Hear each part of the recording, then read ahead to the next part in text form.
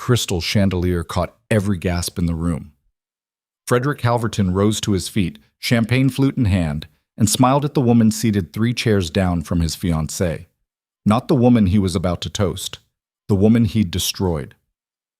Elara Vance didn't flinch, didn't blink, didn't give him the satisfaction of a single crack in her composure while 200 witnesses held their breath waiting for her to shatter. She reached for the salt instead.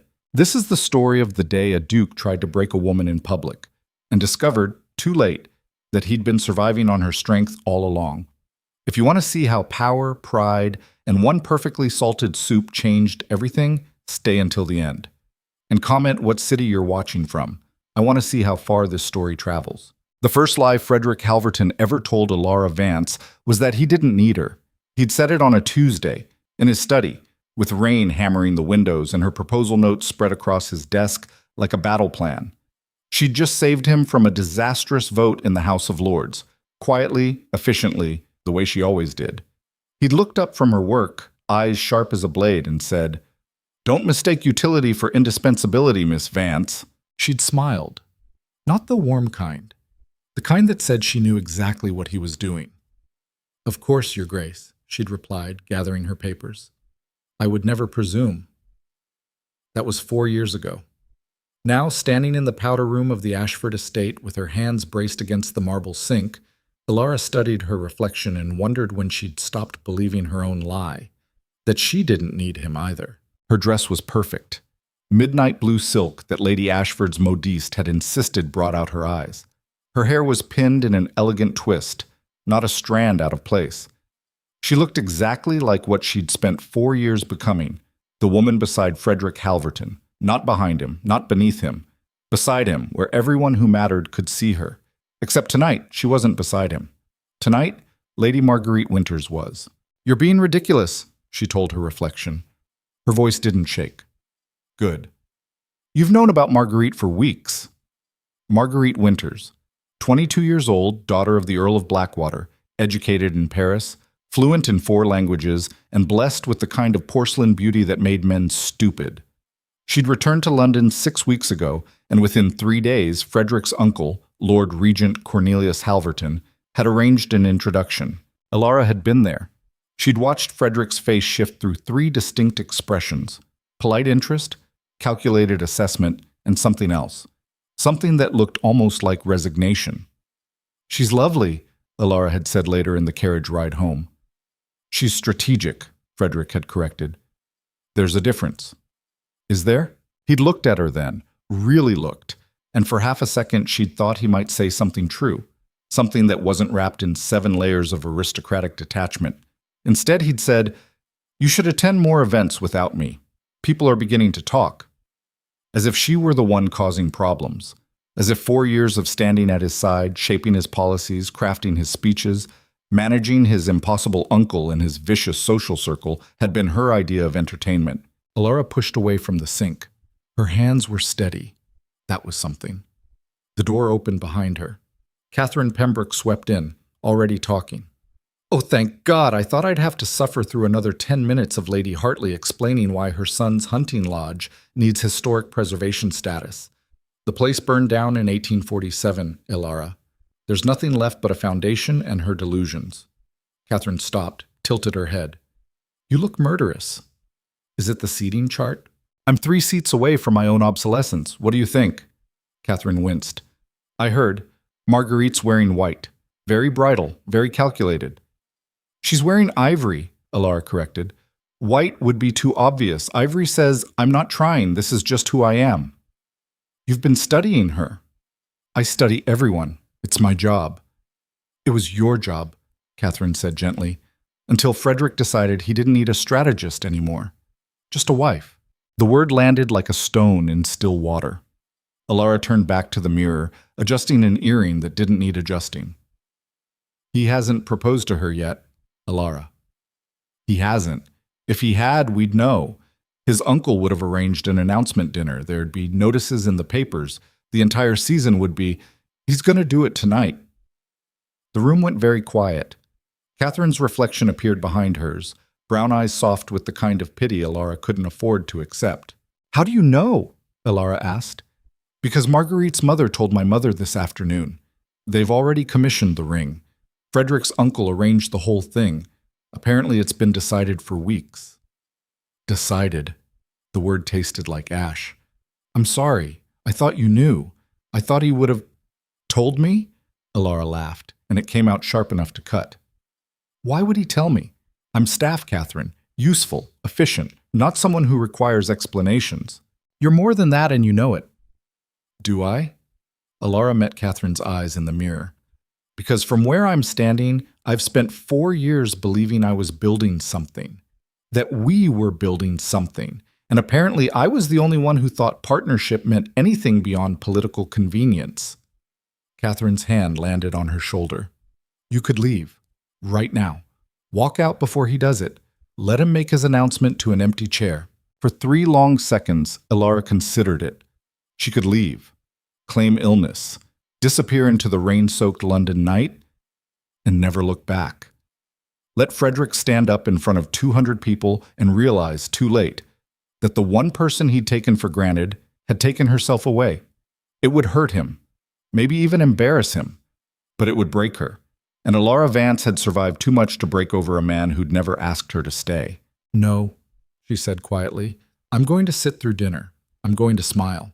And when he stands up to propose to another woman 3 seats away from me, I'm going to salt my soup and finish my meal like it doesn't matter. Alara. Because it doesn't matter, Catherine. None of this matters if I let it break me. She smoothed her dress, checked her hair one last time, and walked back into the lion's den with her head high, and her heart locked away. Somewhere, Frederick Halverton would never find it. The dining room at Ashford House was designed to intimidate. 30-foot ceilings, hand-painted frescoes of Greek myths where everyone was beautiful and someone was always being punished. A table that sat 40 comfortably and 60 if you didn't mind your elbows touching. Tonight, they'd seated exactly 43. Alara's seat was in the middle section, close enough to see Frederick clearly, far enough away that no one would mistake her for anyone important. Marguerite sat to his right, his uncle sat to his left. Alara sat between Lord Ashford's nephew, a nervous young man who kept dropping his fork, and Mrs. Helena Price, a widow with excellent political connections and a talent for extracting secrets. Miss Vance, Mrs. Price said warmly as Alara settled into her chair. How lovely to see you. I heard you were instrumental in the Whitmore Park bill. Quite the coup. The Duke deserves the credit, Alara said smoothly. I merely helped organize his notes. Darling, no one believes that. Frederick Halverton can barely organize his own breakfast. We all know you're the brains behind Thornridge's sudden relevance. It was the kind of compliment that was also an insult to Frederick. Alara smiled blandly. You're too kind. I'm accurate, which is why I'm curious about tonight's seating arrangements. Mrs. Price's eyes glittered with curiosity. 4 years at his side, and suddenly you're relegated to the middle section while Miss Winters enjoys the spotlight. Trouble in paradise? There was never a paradise, Mrs. Price, only a professional arrangement. How modern of you. The first course arrived. Consommé, clear as glass, with herbs floating like tiny shipwrecks. Alara picked up her spoon. 3 seats down, Frederick laughed at something Marguerite said. It was his public laugh. Smooth, polished, completely empty. Alara knew his real laugh. She'd heard it exactly 4 times in 4 years. Once, when she'd beaten him at chess using a strategy he'd taught her. Once, when his uncle had stormed out of a meeting and they'd both realized they'd won. Twice more in moments she didn't let herself think about because they hurt too much. Marguerite touched his arm. Her hand was small, delicate, everything a duke's wife should be. Alara's hand tightened on her spoon. Don't, she told herself. Don't look, don't care, don't... Frederick's eyes met hers across the table. For half a second, his smile faltered. Then Lord Cornelius leaned in, whispered something, and Frederick's attention snapped back to Marguerite like Alara had never existed. She finished her soup. What? By the 4th course, Alara had perfected the art of looking engaged while feeling nothing. Lord Ashford's nephew was explaining his theories about crop rotation. Mrs. Price was debating railway expansion with the man across from her. Somewhere down the table, someone was arguing about tariffs. Alara contributed when required, smiled when expected, laughed at appropriate intervals. Inside, she was counting. 4 more courses. 2 hours maximum. Then she could leave. Go home, lock her door, and decide whether she was going to cry or set something on fire. Maybe both. Miss Vance, she looked up. Frederick was standing. The entire table fell silent. Ladies and gentlemen, Frederick said, his voice carrying effortlessly across the room. I hope you'll forgive the interruption, but I have an announcement that cannot wait. Alara's fork stopped halfway to her mouth. No, not here. Not like this. Many of you know that my uncle, Lord Cornelius, has worked tirelessly to secure Thornridge's future. Frederick's hand rested on the back of Marguerite's chair. Tonight, I'm pleased to share that his efforts have borne fruit. Marguerite's smile was radiant, practiced, perfect. Miss Marguerite Winters has done me the extraordinary honor of accepting my proposal of marriage. The room erupted. Applause. Gasps. Champagne corks popping. Lady Ashford actually squealed. Alara sat very, very still. She didn't look at Frederick, didn't look at Marguerite, didn't look at Catherine, who she could feel staring at her from 6 seats away. Instead, she reached for the salt cellar, slowly, deliberately. She salted her lamb, tasted it, added a bit more. Around her, people were standing, toasting, rushing to congratulate the happy couple. Alara cut her meat, chewed, swallowed. Mrs. Price was watching her with undisguised fascination. Well, the older woman murmured, that's certainly one way to handle devastation. I'm not devastated, Alara said calmly. I'm hungry. She took another bite. 3 seats down, Frederick was accepting congratulations. His uncle was beaming. Marguerite was showing off a ring that probably cost more than Alara's annual salary. No one was looking at her. Good. Alara finished her lamb, drained her wine, and stood. Leaving so soon? Mrs. Price asked. I have an early morning. Of course you do, dear. The older woman's expression was almost sympathetic. For what it's worth, you handled that with more grace than he deserved. Alara didn't answer. She walked the length of the dining room with her back straight and her face composed, past the celebrating guests, past Catherine, who mouthed, Are you okay? Past the table where Frederick stood with his arm around his future wife, accepting congratulations from people who'd been calling Alara his partner for years. She made it to the entrance hall, almost to the door. Alara. His voice stopped her on the 3rd step. She didn't turn around. Congratulations, Your Grace. Miss Winters is a lovely choice. I need to explain. You don't owe me an explanation. I'm staff, remember? You're more than that. Now she turned, looked at him standing in the doorway with his perfect dinner jacket and his perfect political marriage and his absolute audacity. Am I? She asked quietly.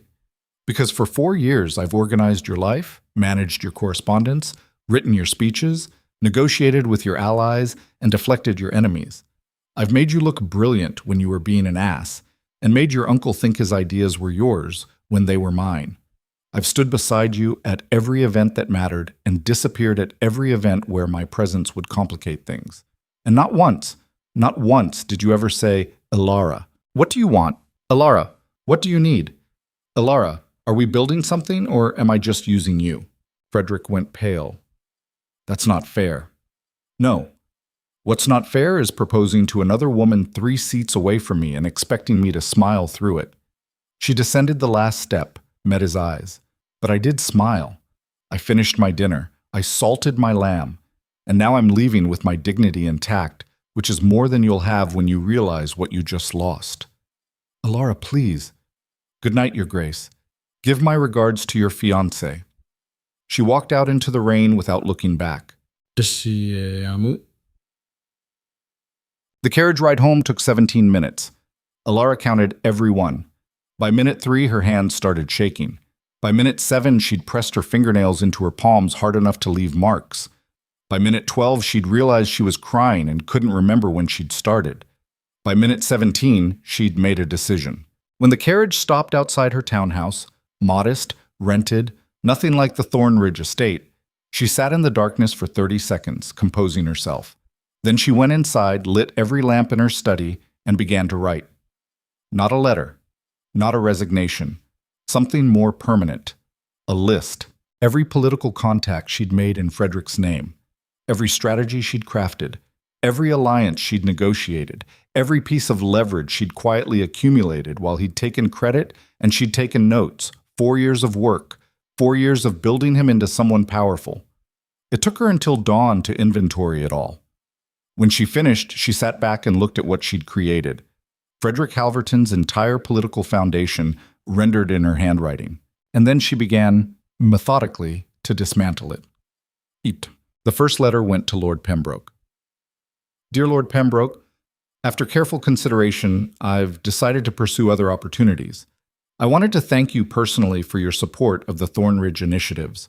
I hope you'll remember that support was earned through mutual respect and shared goals, not through the Halverton name alone. Respectfully, Alara Vance. The second went to the Whitmore Park Committee, the third to the Railway Expansion Coalition, the fourth to every single ally who'd worked with Frederick because Alara had convinced them he was worth their time. She didn't sabotage him. That would be crude. She simply withdrew, removed herself from the equation, and let them all discover what Frederick Halverton looked like without her holding him up. By the time the sun rose properly, she'd sent 23 letters. By noon, she'd sent 40. By dinner, she'd begun preparing for the next phase, building a life where Frederick Halverton's approval didn't matter, where his attention wasn't currency, where his absence wasn't devastation. Catherine arrived at 7 with wine and sympathy. I heard you left, she said, settling onto Alara's sofa. Half the party's talking about how you walked out without a scene. The other half's talking about how Frederick looked like he'd been gutted. Good. Alara, I'm done, Catherine. Alara looked up from her desk, where she was drafting another carefully worded letter. I'm done being the woman who makes him look good while he makes me invisible. I'm done being useful. I'm done being indispensable. I'm just done. Catherine studied her for a long moment. What are you going to do? I'm going to disappear. What? Not literally, but from his world? Absolutely.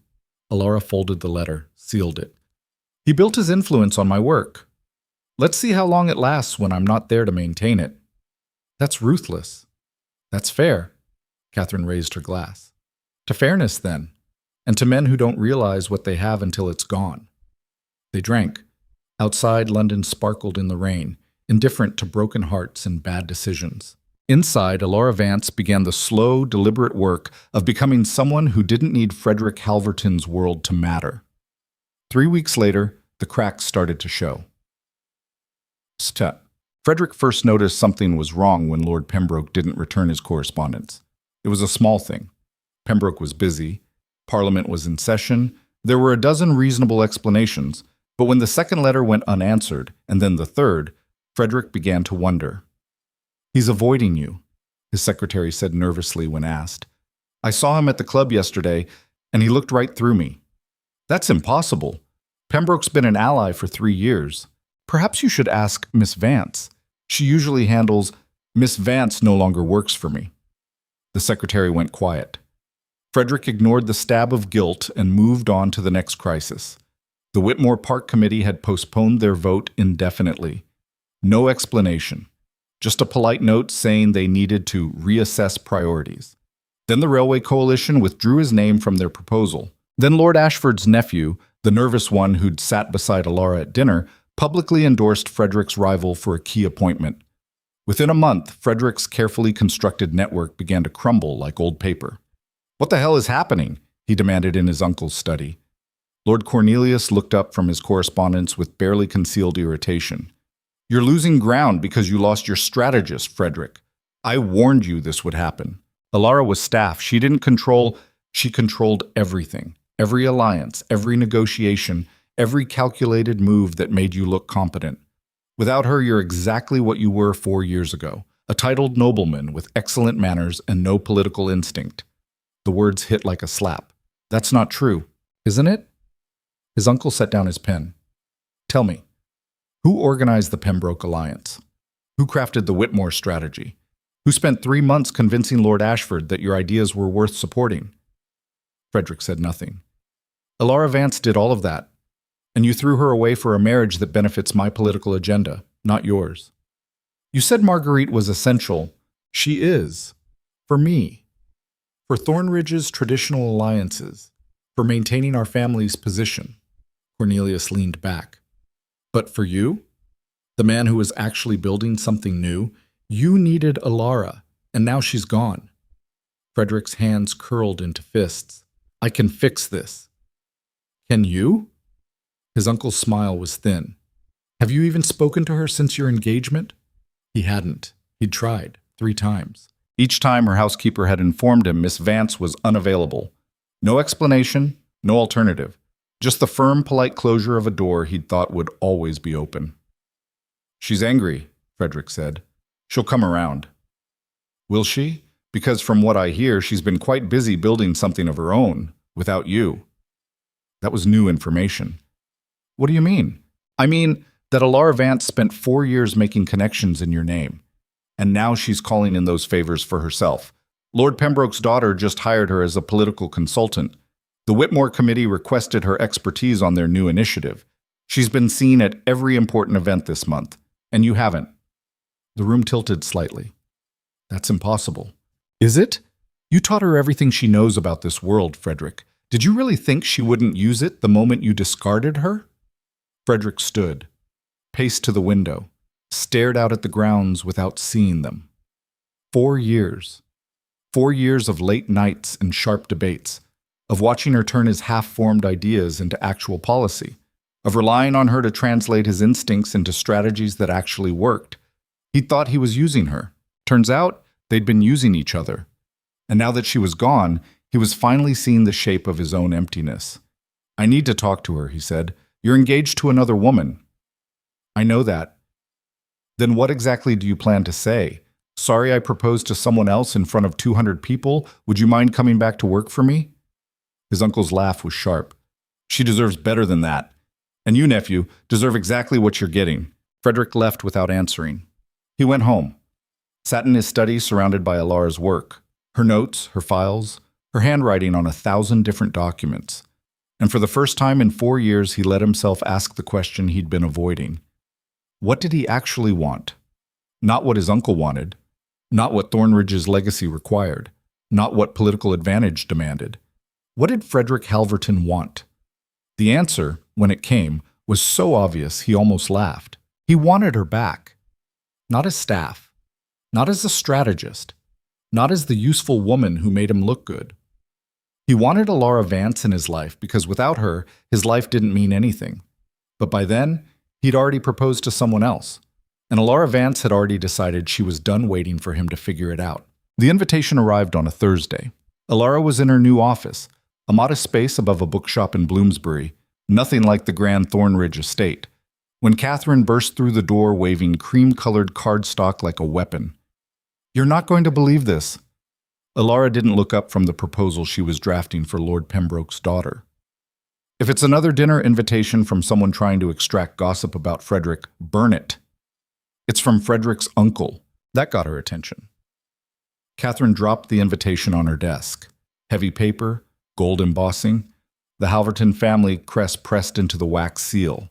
Lord Cornelius Halverton requests the pleasure of Miss Alara Vance's company at a private dinner to discuss matters of mutual interest. Mutual interest, Alara said flatly.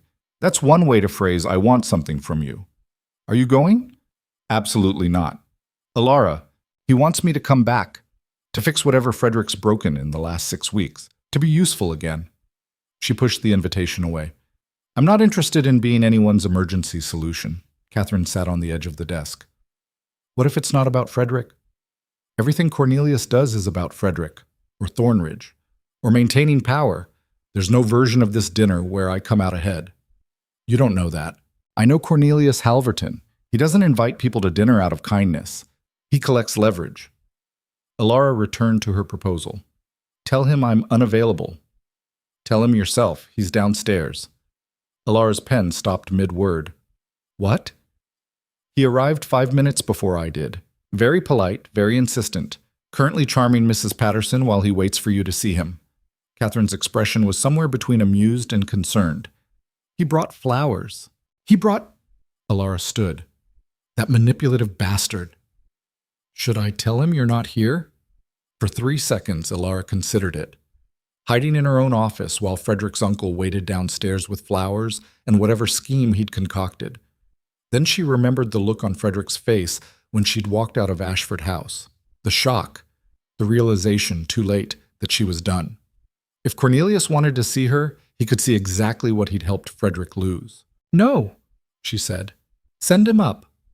Catherine paused at the door. "Are you sure?" "I'm sure I want him to see that I don't need his nephew anymore."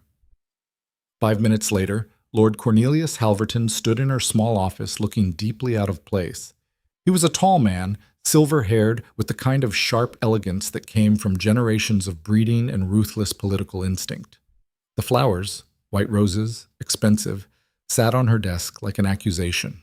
"Miss Vance," he said warmly, "thank you for seeing me. I haven't decided if I'm seeing you or simply satisfying curiosity." Alara didn't offer him a seat. "What do you want, Lord Cornelius?" "Direct as always. I've missed that." He set his hat on the chair anyway, uninvited. "I came to apologize." That was unexpected enough that Alara actually laughed. "You? Apologize? For what exactly?" "For underestimating you." The room went quiet. Cornelius walked to the window, looked out at the street below. "When Frederick first brought you on, I thought you were a distraction, a moderately clever woman who'd convinced my nephew she was indispensable. I was wrong." "How generous."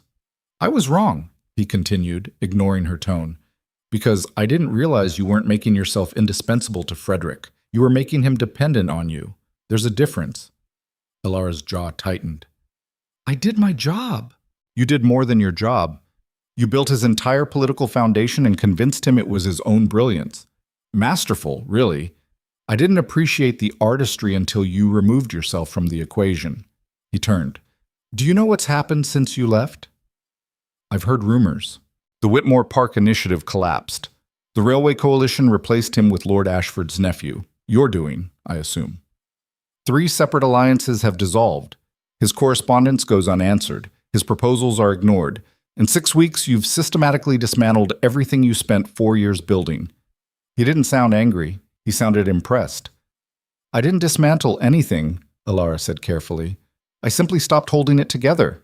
"Semantics. The result is the same. Frederick is failing, publicly and spectacularly, and it's entirely your fault." "Good." "Is it?" Cornelius moved closer. "Because from where I'm standing, you've also destroyed your own prospects. Every connection you made was in Frederick's name. Every door that opened for you opened because you stood beside the Duke of Thornridge. Without him, you're just a clever woman in a rented office above a bookshop." The words were designed to wound. They didn't. "You're wrong," Alara said quietly. "Every connection I made was earned through my work, not his title. And every door that opened did so because I was good at what I did. Frederick's name gave me access. My competence gave me respect. There's a difference." "Then prove it." "Excuse me?" Cornelius pulled a folded document from his coat. "I have a proposal, a political initiative that requires someone with your particular talents, someone who understands strategy, negotiation, and how to manage difficult men." He placed it on her desk. "Someone who isn't my nephew." Alara didn't touch it. "Why would you hire me? I just destroyed Frederick's career." "Exactly. You're ruthless, efficient, and you don't let sentiment interfere with results. Those are rare qualities." He smiled slightly. "Also, I need someone Frederick can't manipulate. You've proven that's you. This is a trap. This is an opportunity. Read the proposal. If you're interested, we'll discuss terms. If not, I'll leave and we'll never speak of it again." He picked up his hat, moved toward the door. "Why now?" Alara asked.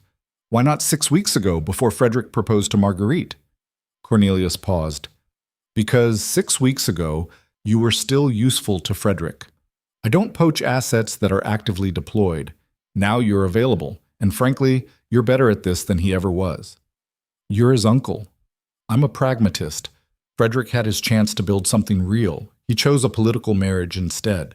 That's his failure, not mine." "And Marguerite?"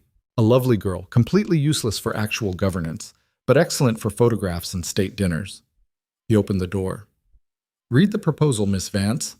I think you'll find it interesting." He left. Alara stared at the document on her desk for a full minute before Catherine reappeared. Well, her friend demanded. What did he want? To hire me. To do what? I don't know yet. Alara picked up the proposal. Heavy paper. Cornelius's personal seal. But whatever it is, it's going to make Frederick's life significantly more complicated. Catherine grinned. Are you going to do it? I'm going to read it. Then I'm going to decide if revenge is worth working for the man who orchestrated my public humiliation. She opened the document. By the 3rd page, she was hooked. By the 5th, she was planning. By the end, she'd made a decision that would change everything. The proposal wasn't just interesting. It was brilliant and dangerous. And exactly the kind of high-stakes political maneuvering that Frederick had never had the stomach for. Cornelius wanted to restructure Thornridge's entire political strategy. Cut ties with old alliances. Build new ones. Position the family as progressive reformers instead of traditional aristocrats. It was risky, bold, potentially disastrous. It was also everything Alara had been trying to convince Frederick to do for 4 years. And Cornelius was offering her complete control. She read it twice more, looking for the trap. There had to be a trap. Men like Cornelius Halverton didn't hand over power to women they'd underestimated unless there was something in it for them. The answer came on page 7, buried in a clause about final approval authority.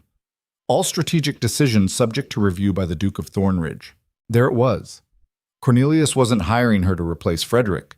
He was hiring her to save him, to force them back into the same room, the same partnership, the same impossible dynamic where she did the work and Frederick took the credit. And if she accepted, she'd be proving that she couldn't survive without him.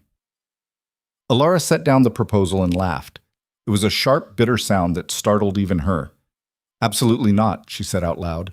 Catherine, who'd been reading over her shoulder, frowned. But it's everything you wanted. It's everything Frederick wanted and was too afraid to pursue. There's a difference. So you're saying no? I'm saying I'm going to Cornelius's dinner, and I'm going to negotiate terms that don't involve Frederick Halverton having any authority over my work. He'll never agree to that. Then I walk away. Again. Alara stood, gathered her things. I'm done being useful on someone else's terms, Catherine. If Cornelius wants my skills, he can have them. But Frederick stays out of it. And if Frederick doesn't stay out of it? Alara's smile was cold. Then I'll remind him, very publicly, what happens when he tries to control me. The dinner was set for Saturday. Alara spent 2 days preparing, not her wardrobe, though she chose a dress that said professional, not available, but her negotiating position. She made a list of demands, salary, autonomy, credit for her work, no oversight from Frederick. Final say on all strategic decisions. Catherine reviewed it and whistled. You're going to give Cornelius a heart attack. Good. He deserves one. What if he says no? Then I'm exactly where I am now. Independent, free, building something that doesn't require Frederick Halverton's approval. But there was a knot in her stomach that said she was lying to herself. Because part of her, a part she hated, wanted to see Frederick's reaction when he learned she was working for his uncle. Wanted to see him realize that she'd moved on, that his engagement hadn't broken her, that she was better, stronger, more dangerous without him. It was petty, vindictive, completely beneath her. She was absolutely going to do it. Saturday arrived cold and clear. The Halverton London residence was a 3-story Georgian masterpiece in Mayfair. Alara had been there exactly twice before, both times with Frederick, both times feeling like an intruder. Tonight she walked up the steps alone and knocked like she belonged there. A butler answered. Miss Vance, his lordship is expecting you. She followed him through marble halls to a private dining room overlooking the garden. Intimate, carefully staged. A table set for 2. Cornelius stood when she entered. Miss Vance, thank you for coming. Lord Cornelius. She accepted the seat he offered. I read your proposal. And? It's ambitious, risky, potentially brilliant. She met his eyes. But the terms are unacceptable. His expression didn't change. Oh? I won't work under Frederick's oversight. If I take this position, I have complete autonomy. He doesn't review my decisions. He doesn't veto my strategies. He doesn't get a vote. That's quite a demand. That's my price. You said you needed someone Frederick can't manipulate. You can't have that if he has authority over my work. Cornelius sat back, studying her. You realize this will humiliate him. He humiliated me in front of 200 people. I think we're even. Revenge isn't a sustainable strategy, Miss Vance. This isn't revenge, it's boundaries.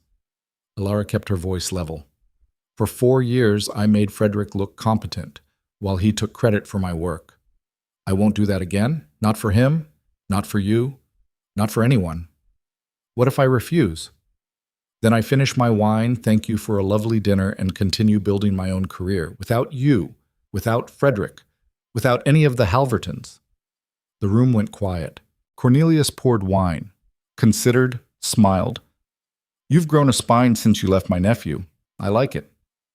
I always had one. Frederick just convinced me to hide it. Fair enough? Cornelius raised his glass. Here's my counteroffer. You get complete autonomy on strategic decisions. Frederick has no veto power. But he stays informed. Briefings, reports. He knows what you're doing, even if he can't stop it. Why?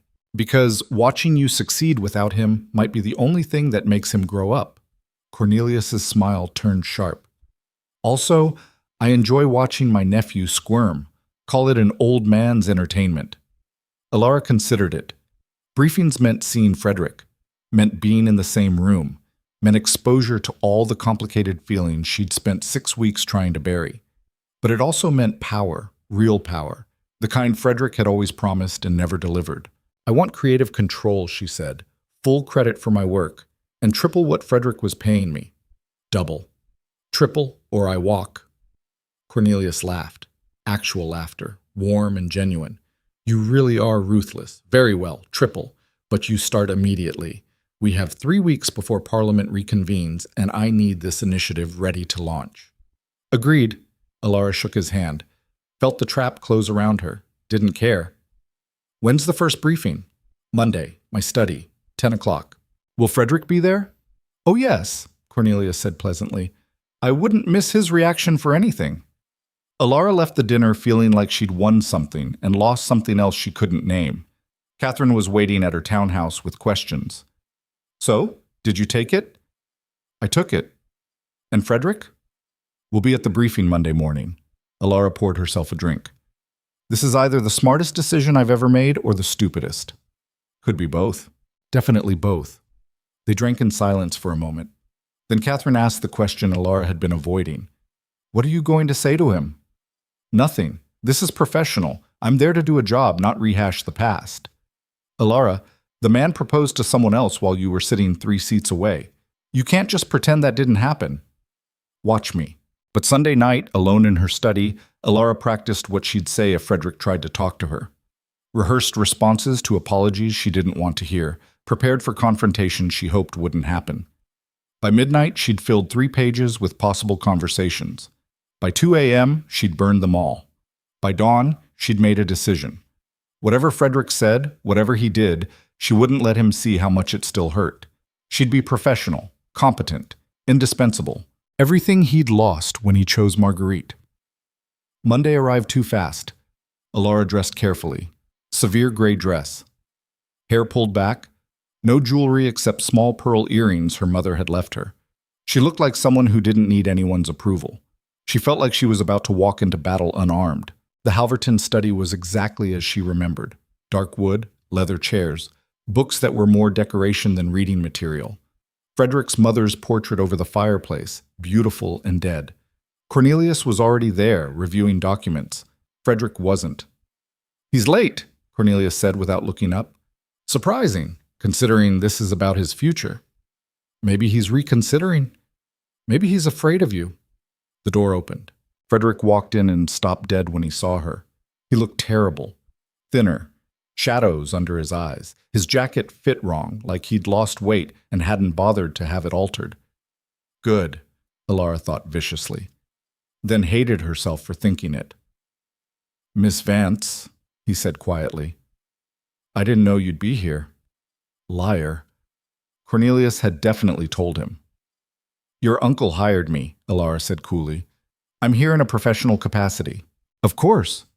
Frederick took the seat farthest from her. Professional. Cornelius looked between them with barely concealed amusement. Shall we begin? For the next 90 minutes, Alara presented her strategy. Complete restructuring of Thornridge's political alliances, new partnerships with progressive reformers, abandoning outdated traditionalist positions. Risk, yes, but massive potential gain. She spoke clearly, confidently, like Frederick wasn't even in the room. He didn't interrupt, didn't ask questions, just sat there watching her like she was something he'd lost and couldn't figure out how to find again. When she finished, Cornelius nodded. Excellent. Frederick, thoughts? It's brilliant, Frederick said hoarsely. It's everything I... He stopped. Everything we discussed. Years ago. We discussed a lot of things, Alara said flatly. You never had the courage to pursue them. The words landed like stones. Frederick flinched. That's not fair. Fair? You want to talk about fair? Alara stood. I spent 4 years building your political career while you played it safe. I gave you strategies that could have changed everything. You ignored them because your uncle said they were too risky. And now, 6 weeks after you threw me away, you're sitting here watching me implement those exact strategies for someone else. So don't talk to me about fair, Your Grace. Alara? Miss Vance, she corrected sharply. We're not friends. We're not partners. We're professional acquaintances, and that's all we're ever going to be. Cornelius cleared his throat. Perhaps we should take a break. I don't need a break.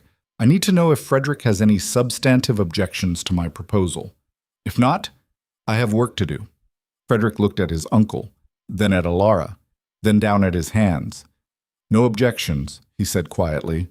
It's perfect. You always were. The room went silent. Alara grabbed her papers. I'll have detailed implementation plans by Friday. Good day, gentlemen. She made it to the hallway before Frederick caught up. Alara, wait. Please. She didn't turn around. What? I need to explain. You don't owe me an explanation. You made your choice. Congratulations on your engagement, by the way. When's the wedding? There isn't going to be a wedding. Now she turned. What? Frederick looked like he hadn't slept in days. I broke it off 2 weeks ago. Marguerite's back in Paris. The floor tilted slightly. You... what? I called it off, told her I'd made a mistake, offered to compensate her family for the embarrassment. She was surprisingly understanding, actually, said she'd suspected I was in love with someone else. Alara's chest tightened. Frederick, I was using you, he said in a rush. For 4 years I told myself we had a professional arrangement, that you were staff, that what we had was strategic partnership and nothing more. But the truth is, I needed you. Not for your work. For you. And I was too much of a coward to admit it until you were gone. Stop. I can't stop. I've been trying to stop thinking about you for 6 weeks and it's not working. I see you in every room I enter. I hear your voice in every decision I make. I reach for your advice on every problem and you're not there and You proposed to another woman 3 seats away from me. The words came out raw, angry. You stood up in front of everyone we knew and chose someone else. And now you want me to believe you've had some sudden revelation? That you've grown a conscience? I was wrong. You were cruel. You were calculating. You used me for 4 years and discarded me the second your uncle found someone more suitable. Alara's hands were shaking. And now that your political career is falling apart, now that you realize you actually needed me, you want me back? You want me to forget everything and just, what, forgive you? I want a chance to make this right. There is no making this right, Frederick. You humiliated me. You threw away 4 years of work, 4 years of partnership, 4 years of... She stopped, couldn't say it. You can't fix this with an apology and a broken engagement. Then tell me what I can do. Nothing. There's nothing you can do. Because the woman you want back doesn't exist anymore. She died the night you chose Marguerite. Alara stepped back. I'm working for your uncle because the work matters, not because of you. Get used to seeing me in these meetings and not having any claim on my time, my energy, or my forgiveness. She walked away. This time he didn't follow, but his voice carried down the hallway, broken and desperate. I'm so sorry, Alara. She didn't answer. She made it to her carriage before she started crying. Not the elegant kind of crying that happened in novels. The ugly kind. The kind that came from somewhere deep and jagged and wouldn't stop even when she pressed her hands against her mouth to muffle the sound. The driver didn't ask questions, just drove. By the time they reached her townhouse, Alara had composed herself enough to walk inside without falling apart. Catherine was waiting in the sitting room with tea and the particular expression that meant she'd heard something. Lord Pembroke's butler told my mother's housekeeper that Frederick broke his engagement, Catherine said without preamble. 2 weeks ago, paid Marguerite's family a small fortune in compensation and sent her back to Paris. Alara sank into a chair. He told me. And nothing. It doesn't change anything. Doesn't it? He chose her, Catherine, in front of everyone. That moment happened. I can't unknow it, can't unfeel it. Alara pressed her fingers against her temples. And now he thinks breaking an engagement erases 6 weeks of humiliation? That I should just forget everything because he's decided he made a mistake? Catherine poured tea. Neither of them would drink. What did he say exactly? That he was wrong. That he used me. That he's been miserable since I left. Alara laughed bitterly. Classic Frederick. Only realizes what something's worth after he's destroyed it. Do you still love him? The question landed like a punch. Alara wanted to say no. Wanted to say she'd excised Frederick Halverton from her heart the same way she'd excised him from her professional life, cleanly, efficiently, permanently. But that would be a lie. It doesn't matter what I feel, she said instead. He had 4 years to choose me. He chose his uncle's approval instead. Some failures don't get second chances. That's not an answer. It's the only answer I have. Catherine studied her for a long moment. You're still working for Cornelius. The work is important. The work requires you to sit in rooms with Frederick and pretend your heart isn't breaking. My heart broke 6 weeks ago. I'm just walking around with the pieces. Alara stood. I need to work. If I stop moving, I'll fall apart, and I can't afford that right now. She spent the next 3 days buried in strategy documents and political analysis. Anything to avoid thinking about Frederick's voice in the hallway, desperate and broken. I'm so sorry, Alara. Sorry didn't fix anything. Sorry didn't erase the public proposal. Sorry didn't undo 4 years of being treated like useful furniture instead of a person. Sorry was just another word Frederick used when he wanted something he couldn't have. The detailed implementation plans were ready by Thursday. Alara delivered them to Cornelius personally, deliberately choosing a time when Frederick would be at Parliament. Impressive, Cornelius said, scanning the documents. You've accounted for every possible objection. This is airtight. That's what you're paying me for. Indeed. He set down the papers. Frederick's been asking about you. Not interested. He wants to apologize properly, says the hallway conversation wasn't adequate. There's no such thing as an adequate apology for what he did. Cornelius leaned back in his chair. You know, I thought you'd be angrier, more vindictive, but instead you're just cold. It's actually more effective. I learned from the best, Alara said pointedly. He smiled. Touché. But here's something you should know. Frederick's been dismantling every alliance I forced him into. The traditionalist partnerships, the old guard connections, everything that required him to marry Marguerite in the first place. Why? Because he's an idiot who thinks grand gestures fix everything. He's burning bridges right and left, making himself politically toxic, all to prove some point about choosing his own path. Cornelius's expression hardened. It's going to destroy him. Good. Is it? Because if Frederick falls, Thornridge falls. And if Thornridge falls, your entire strategy becomes worthless. You can't build progressive reform on a foundation that doesn't exist. Alara's stomach dropped. What are you saying? I'm saying you need to decide what you want more, revenge or results. Because right now, Frederick's self-destruction is going to take your work down with him. Then stop him. I can't. He won't listen to me anymore. Says I manipulated him into a loveless engagement and he's done following my advice. Cornelius stood, walked to the window. The only person he might listen to is you. Absolutely not. Alara, don't. She stood too, gathering her things. You hired me to implement a strategy. That's what I'm doing. Frederick's personal crisis is not my responsibility, not anymore. Even if his crisis destroys everything you've built, then I'll build something else. Somewhere else. With people who don't treat me like a convenient solution to their self-inflicted problems. She left before Cornelius could argue, but his words followed her home, persistent and poisonous. If Frederick falls, Thornridge falls. She tried to ignore it, tried to focus on contingency plans, alternative partnerships, ways to salvage the strategy if Frederick imploded. None of them worked. The truth was brutal and inescapable. Her entire plan depended on Thornridge's stability. And Frederick was Thornridge, whether she liked it or not, which meant she had two choices: let him destroy himself and watch her work crumble, or intervene and prove that she couldn't walk away after all. Both options made her sick. Catherine found her at midnight, surrounded by discarded plans and empty teacups. "You're spiraling," her friend observed.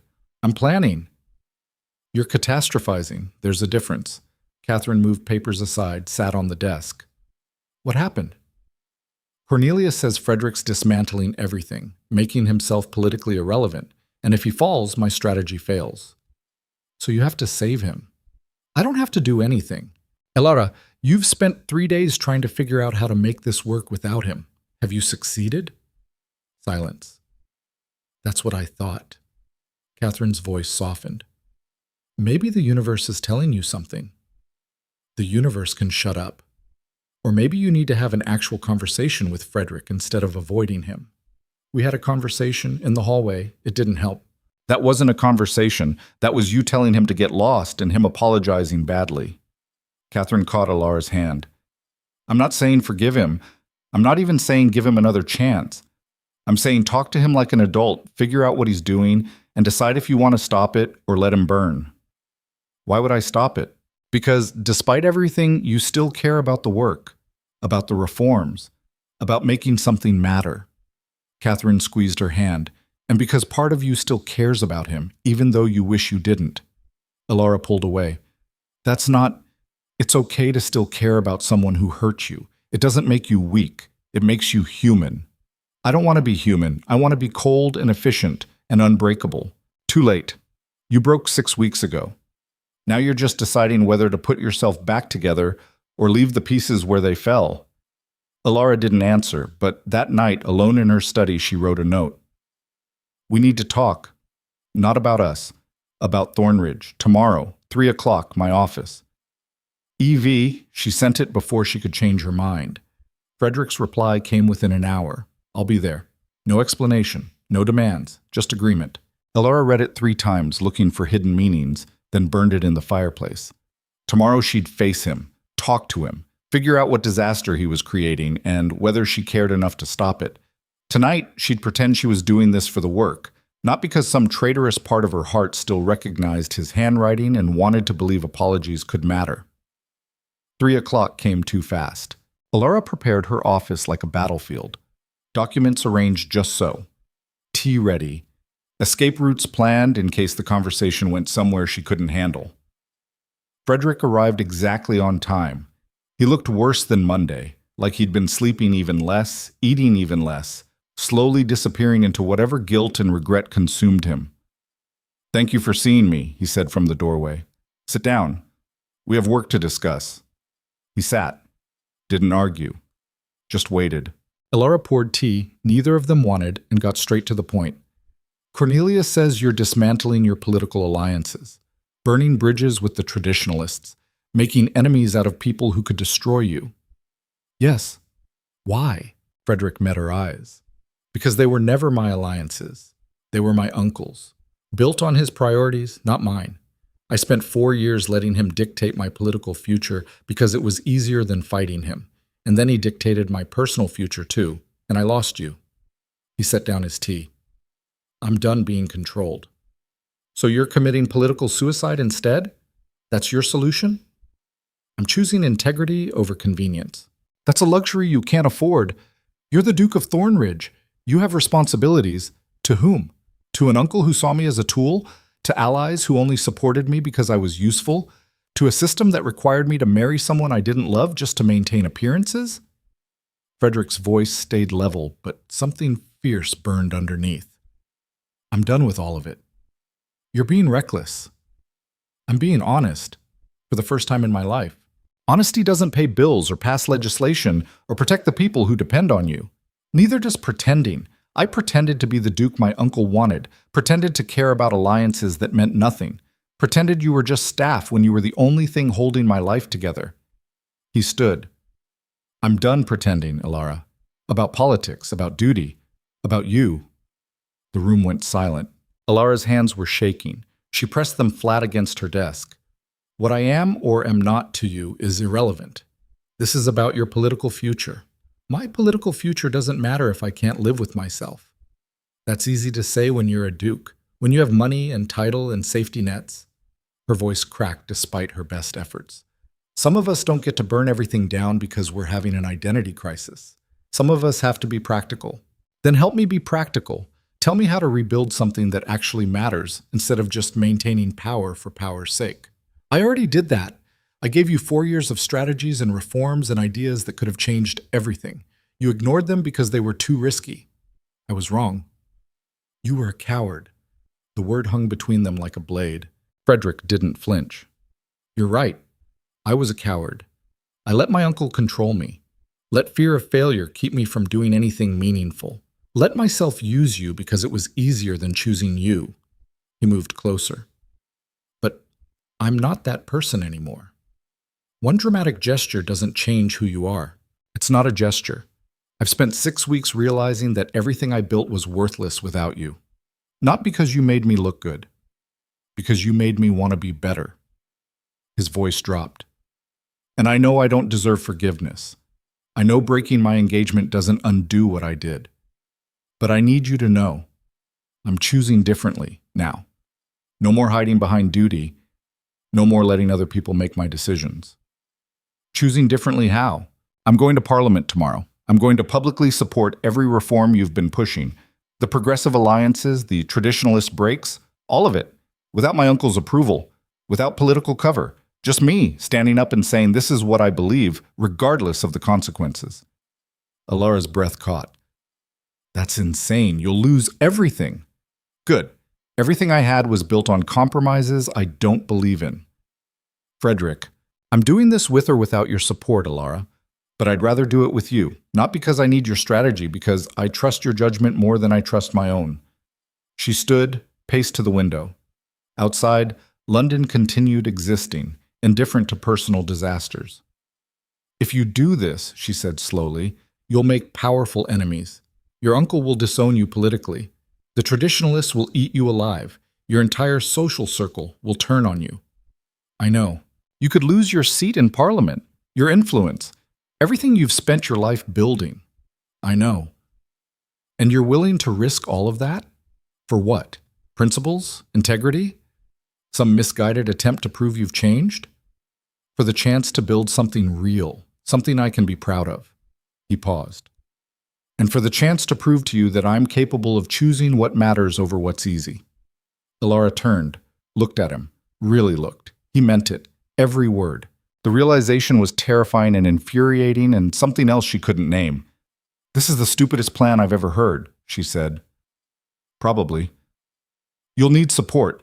Real allies, not just my strategy. People who believe in reform enough to risk their own positions. Do you know anyone like that? Despite everything, Ilara felt something crack inside her. Not breaking. Opening. I might. Lord Pembroke's daughter. Lady Ashford's nephew. Mrs. Price has been making noise about reform for years. Catherine's brother sits in Commons, and he's been looking for a cause. Frederick's expression shifted. Hope, maybe. Or relief. You're helping me. I'm helping the reforms. There's a difference. Is there? Yes. Because when this goes badly, and it will go badly, Frederick, there's no version of this that doesn't hurt. I'm not staying to clean up your mess. I'm building something separate, something mine. I understand. Do you? Because I'm serious. I will help you tomorrow. I will connect you with allies. I will make sure your speech doesn't sound like political suicide, even though that's exactly what it is. But after that, we're done. Professional acquaintances at best. Nothing more. Ilara, those are my terms. Take them or leave them. Frederick was quiet for a long moment. Then, I'll take them. Whatever you're willing to give, I'll take. Fine. Be at my office at 8 tomorrow morning. We have 14 hours to build a coalition and write a speech that won't get you laughed out of Parliament. Thank you. Don't thank me yet. You might hate me by morning. She gathered her things, preparing to leave her own office because staying felt too dangerous. Frederick caught her arm as she passed. Gentle. Careful. For what it's worth, he said quietly, I meant what I said. Every word. And I know you don't believe me now, but I'm going to prove it anyway, however long it takes.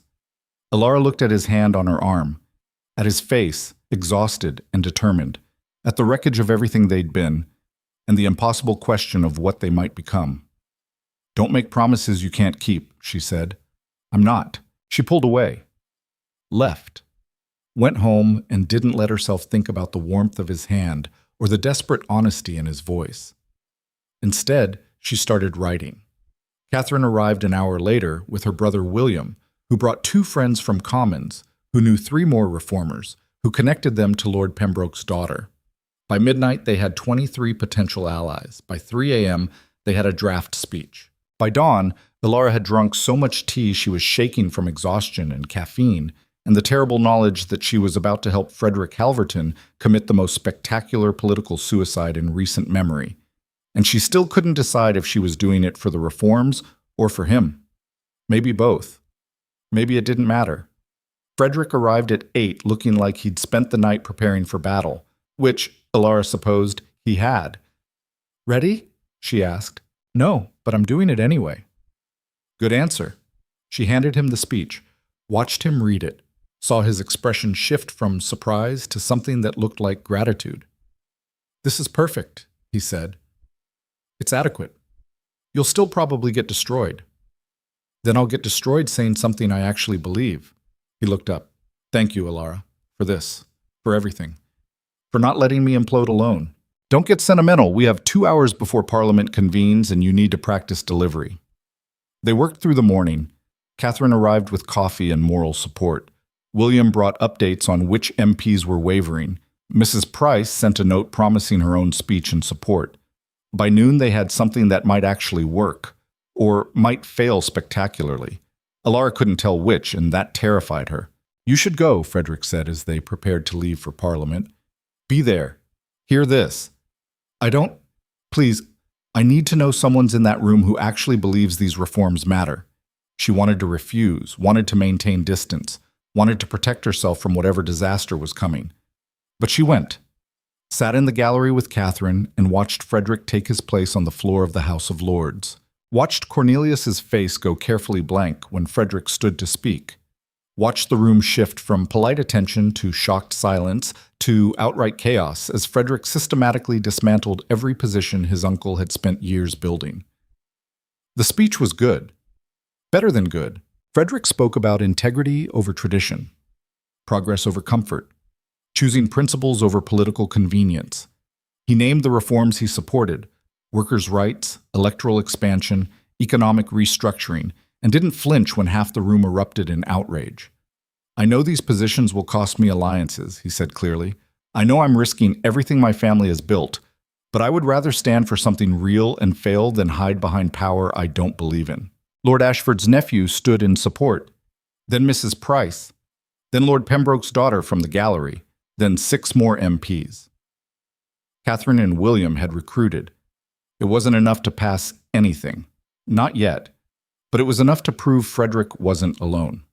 Cornelius left halfway through. Didn't storm out, just stood, walked out quietly, and left Frederick to face the consequences without him. The vote, when it came, failed. 23 in favor, 47 against, 16 abstentions. A disaster by any measure. But when Frederick returned to the gallery afterward, he was smiling. We lost, Alara said. We started something. Your uncle just publicly abandoned you. I know. You're going to lose half your allies, your funding, possibly your seat. I know. And you're smiling? Frederick looked at her. Really looked. Because for the first time in my life, I said what I actually believed. And people listened. Maybe not enough people. Maybe not the right people. But some people. Including you. I was here for the reforms. I know, but you were still here. Alara wanted to argue, wanted to maintain the careful distance she'd built, wanted to protect herself from the dangerous hope creeping into her chest. But before she could, a messenger arrived. young, nervous, carrying a sealed letter. "Your Grace," he said to Frederick, "from Lord Cornelius, marked urgent." Frederick opened it, read, went pale. "What?" Alara asked. He handed her the letter without speaking. 3 lines. Cornelius's handwriting. "You've made your choice, I've made mine. As of today, you are no longer under Halverton protection or funding. The estate is yours by title. Everything else is forfeit. You wanted independence. Congratulations." Alara's hands went numb. "He can't do that," Catherine said, reading over her shoulder. "The estate is legally Frederick's." "The money isn't," Frederick said quietly. "Neither are the investments, the political connections, the safety net." He looked at Alara. "As of this moment, I'm a duke with a title and nothing else. No uncle, no resources, no future." The messenger was still waiting. "He said to tell you, Your Grace, that you have until month's end to vacate the London residence. The property reverts to Lord Cornelius." "Understood. Thank you." The boy left. Catherine swore. William looked stunned. The other reformers who'd gathered to celebrate their moral victory stood in shocked silence. Frederick just stood there, holding his uncle's letter, looking like he'd finally realized the full cost of choosing integrity. "I need air," he said, and walked out. Alara caught up with him on the steps outside Parliament. "Frederick, don't!" He didn't look at her. "Don't tell me it'll be fine. Don't tell me we'll figure it out. Don't offer sympathy I don't deserve." "I was going to say you're an idiot." That got his attention. "You just lost everything," she continued. "Your funding, your support, your home. And for what? A speech that changed nothing? A vote that failed? For the chance to live with myself. That's a luxury homeless people don't get to enjoy." "I know." He turned, finally met her eyes. "I know I just destroyed my life.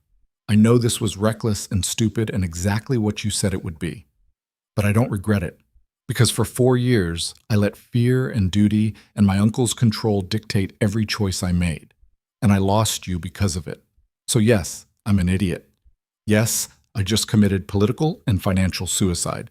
But at least I did it choosing what matters instead of what's safe." Alara stared at him. At this man who'd been so controlled, so careful, so utterly unwilling to risk anything. Who'd just risked everything for principles she'd been begging him to embrace for years. "What are you going to do?" she asked quietly. "I don't know. Sell the title, maybe. Find work. Figure out how to survive without Halverton money or protection." He laughed, sharp and bitter. "Assuming anyone will hire the Duke who betrayed his own uncle." "That's not—" "It is. I made a choice. This is the consequence. I'll live with it." "Alone?" "If I have to." The words hung between them. A question neither of them was brave enough to ask directly. Alara looked at Frederick Halverton, broke, abandoned, politically toxic, and somehow more himself than she'd ever seen him, and felt something shift. Not forgiveness, not yet, but the first crack in the wall she'd built. "You should go," she said. "Figure out your next move. I'll contact you if I hear anything useful." "Alara, go, Frederick." He went. Alara stood on the Parliament steps, watching him disappear into the London afternoon, and realized with absolute clarity that she'd just lied. She wasn't going to contact him if she heard something useful. She was going to find him something useful because the alternative, watching him destroy himself alone, was worse than the risk of letting him back into her life. Catherine appeared at her elbow. "You're going to help him." "I'm going to help the reforms." "Same thing now. He just made himself the face of your entire strategy." "I know." "And you're okay with that?" Alara watched Frederick's carriage pull away. "Ask me again when I figure out what okay means." But that night, alone in her study, she began making plans. Not to save Frederick, to give him the chance to save himself. And if that meant working beside him again, risking her heart again, believing he might actually have changed, well, some risks were worth taking, even if they destroyed you. Even if they destroyed you.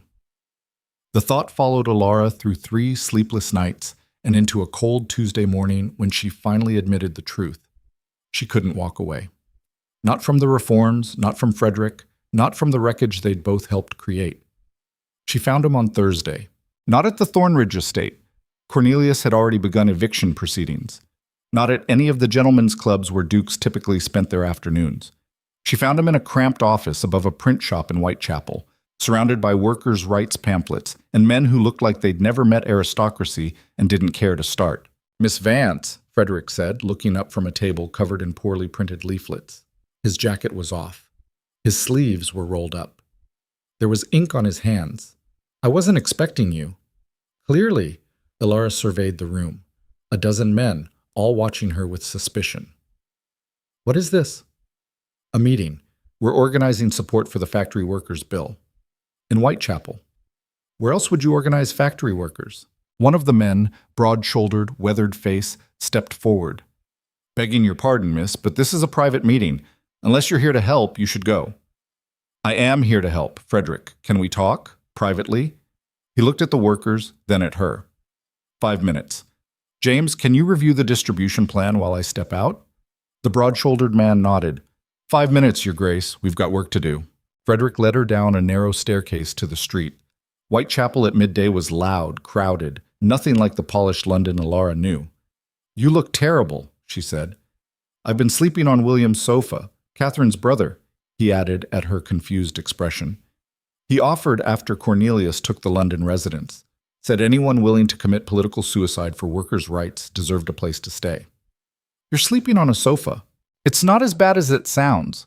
William's wife makes excellent breakfast." "Frederick, I know what you're going to say, that this is beneath me, that I should negotiate with my uncle, that I'm throwing away my future for people who'll never appreciate it." His voice stayed level. "But I'm done apologizing for choosing what matters." "I wasn't going to say any of that." He blinked. "You weren't." "I was going to say you're doing it wrong." "Excuse me?" Ilara gestured at the print shop. "You're organizing workers in Whitechapel. That's good. Noble, even. But you're still thinking like an aristocrat trying to help the poor. You need to think like someone building actual power." "I don't have power anymore. Cornelius took it.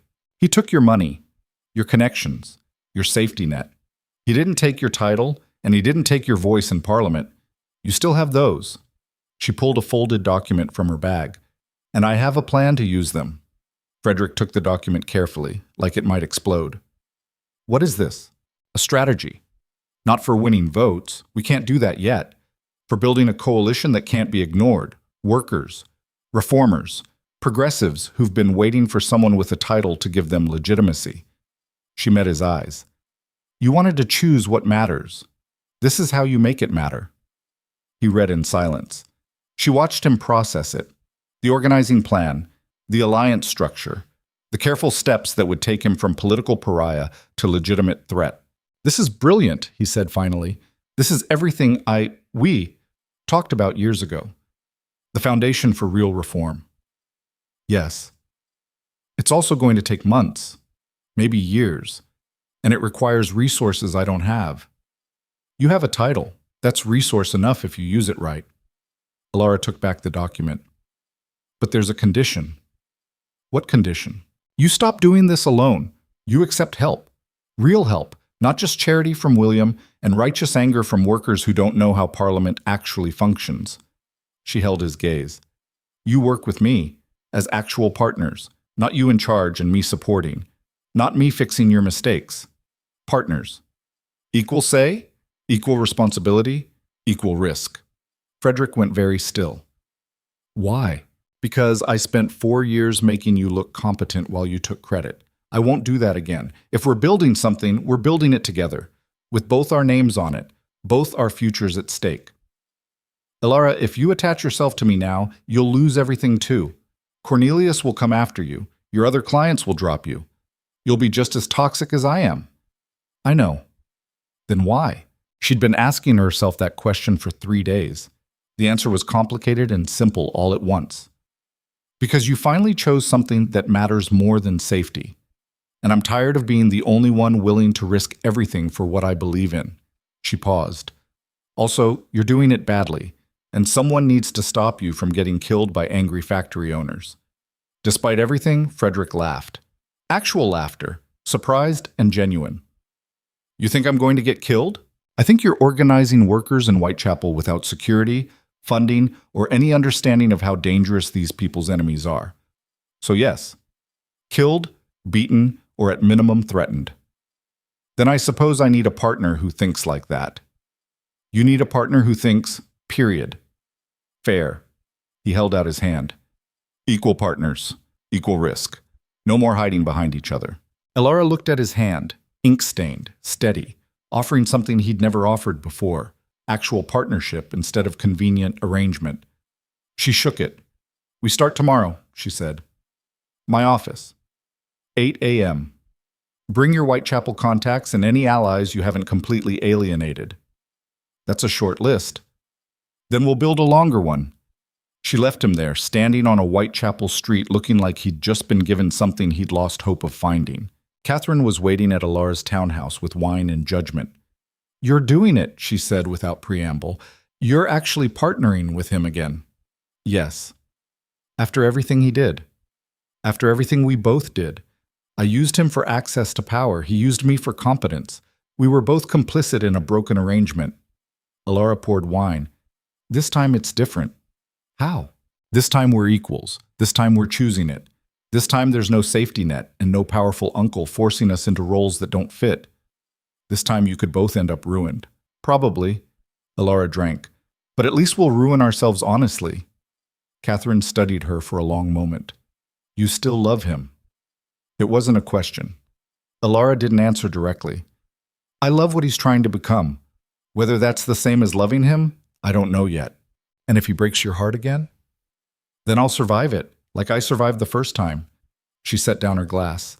But I'm not making decisions based on fear anymore. I'm making them based on what I actually want. And what I want is to build something that matters, with someone who finally understands what that costs. You're terrifying when you're certain. Good. I'm going to need to be terrifying for what comes next. What came next was 3 weeks of the hardest work Alara had ever done. They started small. Frederick's Whitechapel workers. William's reformist friends and commons. Mrs. Price's network of wealthy progressives. Catherine's social connections who were tired of traditional politics. Alara organized them like a military campaign. Clear objectives. Defined roles. No wasted effort. Frederick brought something else. Conviction. When he spoke to workers about their rights, they believed him because he'd sacrificed everything to stand with them. When he debated MPS, they listened because he'd proven he wasn't just another aristocrat playing at reform. Together, they were formidable. But progress was slow and expensive. By the end of week 2, Alara had burned through her savings paying for meeting spaces and printing costs. Frederick sold a family ring, one of the few valuable things Cornelius hadn't reclaimed, to fund their next phase. This is unsustainable, Catherine pointed out during a strategy meeting. You can't keep funding a political movement on jewelry and good intentions. We're not, Alara said. We're building credibility.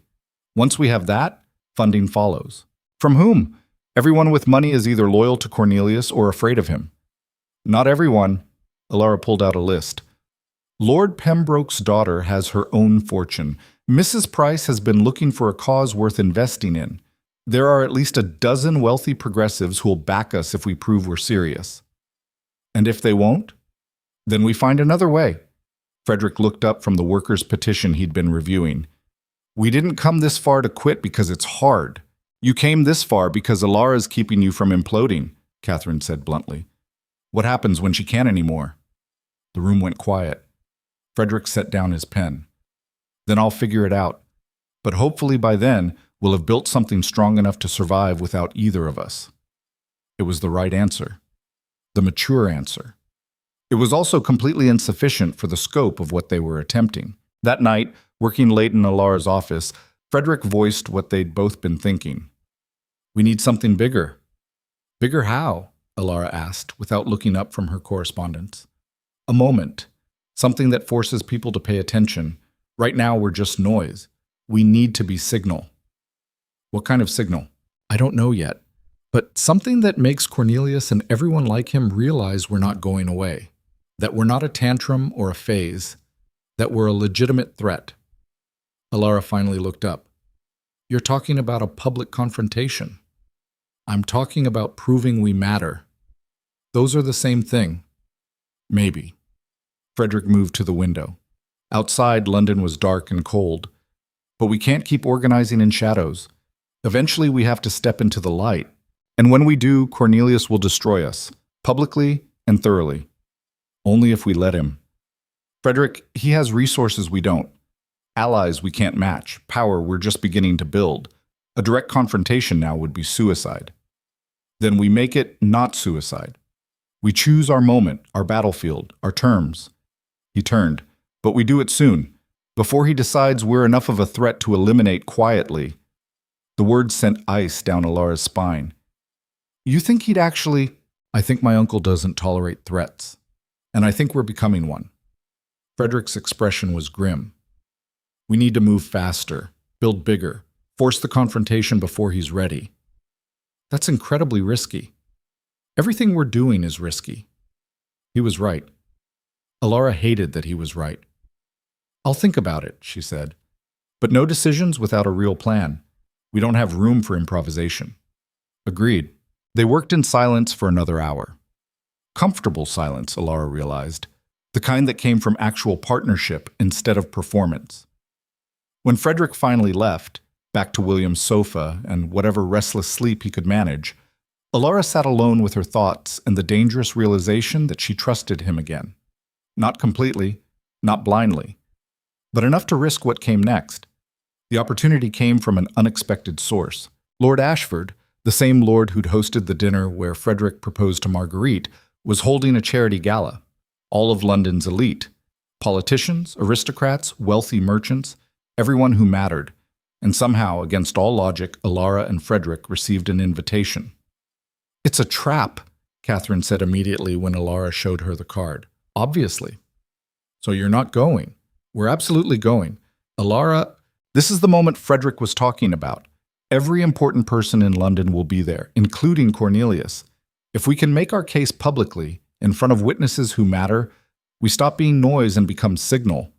Or you become a spectacle, and Cornelius destroys you in front of everyone. Maybe. But we're running out of time and options. This is our chance.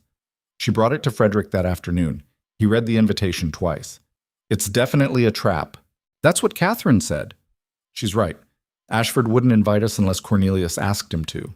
This is a setup. So we don't go. Frederick was quiet for a long moment. Then, no. We go, but we control the narrative. We make it about the reforms, not about us. We use their trap as a stage. That's insane. That's necessary. He met her eyes. You said we needed to step into the light. This is the light. Harsh and unforgiving and full of people who want us to fail. But it's also full of people who might be convinced we're worth supporting. Alara's heart was pounding. If we do this wrong, we won't do it wrong. We'll prepare, practice, build our case until it's airtight. He leaned forward. But we will do it together, as partners. Equal partners. Equal partners. They spent the next week preparing like generals before battle. Alara drafted talking points. Frederick practiced delivery. They role-played every possible confrontation, every trap Cornelius might set, every question hostile aristocrats might ask. Catherine and William helped. Mrs. Price contributed strategy. Lord Pembroke's daughter provided intelligence on who would be attending and where their loyalties lay. By the night of the gala, they were as ready as they'd ever be. Alara wore midnight blue, the same dress from Ashford's disastrous dinner, because she refused to let that memory own her. Frederick wore formal black, his title the only wealth he had left. They arrived together, deliberately. The room noticed immediately. Whispers followed them through the entrance hall. Eyes tracked their movement. Conversation stopped mid-sentence. Frederick offered his arm. Alara took it. Ready? He murmured. No, but let's do it anyway. The ballroom was exactly as she remembered. Crystal, gold, beautiful people wearing beautiful lies. Cornelius stood near the windows, surrounded by allies. He saw them enter and smiled. It was not a kind smile. He knows we're here to make a scene, Alara said quietly. Good. Let him think he's prepared. They circulated carefully, speaking to progressives who might support them, avoiding direct confrontation with Cornelius's faction, building their case person by person, conversation by conversation. Mrs. Price helped. You're braver than I thought, she told Alara at one point. Coming here after everything. Bravery or stupidity, I haven't decided which. Often the same thing, dear. Mrs. Price sipped champagne. But for what it's worth, people are listening. That speech Frederick gave in Parliament made an impression. Not enough to win votes yet, but enough to make them curious. Curious isn't support. No, but it's the beginning of support. Keep pushing. They did. By the third hour, Alara could feel the room shifting. Not toward them, not yet, but toward uncertainty. Toward the possibility that maybe Frederick Halverton wasn't just a spoiled duke having a tantrum. Maybe he was actually serious. That's when Cornelius made his move. He didn't announce himself, didn't make a scene, just appeared at Frederick's elbow during a conversation with Lord Pembroke's daughter and smiled that same cold smile. Nephew, how unexpected to see you here. Frederick didn't flinch. Uncle, I could say the same. Could you? I thought perhaps you'd have the grace to avoid society after your difficulties. My difficulties? Frederick's voice stayed pleasant. Dangerous. You mean my choice to support reforms you found inconvenient? I mean your choice to abandon your responsibilities and chase fantasies of relevance. The nearby conversations went quiet. People were listening now. Alara touched Frederick's arm. A warning. A reminder. He ignored it. The only fantasy here is that Thornridge's future depends on maintaining alliances built on oppression and greed, Frederick said clearly. Loudly enough for half the room to hear. I chose differently. I chose workers' rights over aristocratic comfort, progress over tradition, integrity over power. You chose poverty and irrelevance. I chose honesty, something you've never valued. Cornelius's smile sharpened. Honesty? From the man who proposed to one woman while clearly obsessed with another? Who used Miss Vance for years and discarded her the moment it became convenient? The words landed like a slap. Every eye in the room turned to Alara. She felt her face heat, felt the old humiliation rising, felt the careful control she'd maintained threatening to crack. Then Frederick stepped forward. You're right, he said. I did use Alara. I did discard her. I did propose to someone else while taking her work for granted. His voice carried across the suddenly silent ballroom. And that was the worst mistake I've ever made. Not because I lost a useful strategist, because I lost someone who actually believed I could be better than what you made me. Cornelius's expression flickered. This is hardly the place. This is exactly the place. Because you asked me here to humiliate me, to prove I'm nothing without Halverton money and protection, to show everyone that choosing reform was choosing failure. Frederick looked around the room, at the aristocrats, the politicians, the wealthy merchants who'd built empires on others' labor. But here's what you didn't count on. I don't measure success by your standards anymore. I measure it by whether I can look myself in the mirror, whether I'm building something worth building, whether the people I work with, the workers, the reformers, the progressives who actually want change, trust that I mean what I say. Pretty words, Cornelia said coldly. Words don't pass legislation. Money does. Power does. And you have neither. Not yet. But we're building both. Without you. Without your compromises. Without your version of success that requires sacrificing everything that matters. You're delusional. I'm committed. There's a difference. The room was absolutely silent now. Even the servants had stopped moving. Alara realized, with a shock, that Frederick was winning. Not the argument. Cornelius was too skilled for that. But the room, the witnesses, the people who'd come expecting a spectacle and were getting something else entirely. Conviction. Genuine conviction from someone who'd sacrificed everything to stand by it. I'm done debating you, Frederick said finally. I came here tonight to tell everyone in this room that reform is coming, with or without Halverton support, with or without aristocratic approval, and anyone who wants to be part of building something better instead of defending something broken is welcome to join us. He turned to leave. Cornelius's voice stopped him. You'll fail. They all fail. Idealists with no money, no power, no understanding of how the world actually works. Frederick looked back. Maybe, but at least I'll fail doing something worth failing for. He offered Alara his arm again. She took it. They walked toward the exit together, Behind them, the room erupted. Some people applauded, some gasped, some started arguing immediately about what they'd just witnessed. But as they reached the door, someone else started clapping, Mrs. Price. Standing alone at first, then joined by Lord Pembroke's daughter, then by William. Then by a dozen other progressives scattered through the crowd. Not everyone. Not even most people. But enough. Enough to prove they weren't alone. Enough to prove Frederick's stand had mattered. Enough to prove that maybe, just maybe, they could actually do this. They made it to the carriage before either of them spoke. That was, Alara started, then stopped. Couldn't find words big enough. Terrifying, Frederick finished, and possibly the stupidest thing I've ever done. Your uncle's going to make you pay for that. I know. We just made very powerful enemies. I know. And you're grinning. Frederick was grinning, wide and genuine and completely reckless. Because we did it. We stood in front of everyone who matters and said what we actually believe. And some of them listened. Some of them applauded. Exactly. Alara started laughing. She couldn't help it. The tension, the fear, the absolute audacity of what they'd just done. It all came out as laughter that bordered on hysterical. Frederick joined her. They sat in the carriage laughing like lunatics while London rolled past, both of them fully aware they'd just committed social and political suicide and neither of them caring. What do we do now? Alara asked when she could breathe again. We build on this, use the momentum, convert applause into actual support. That's going to be hard. Everything about this is hard. Frederick's smile softened, but we're doing it together. That makes it possible. The word hung between them. Possible. Not certain, not safe, not easy, but possible.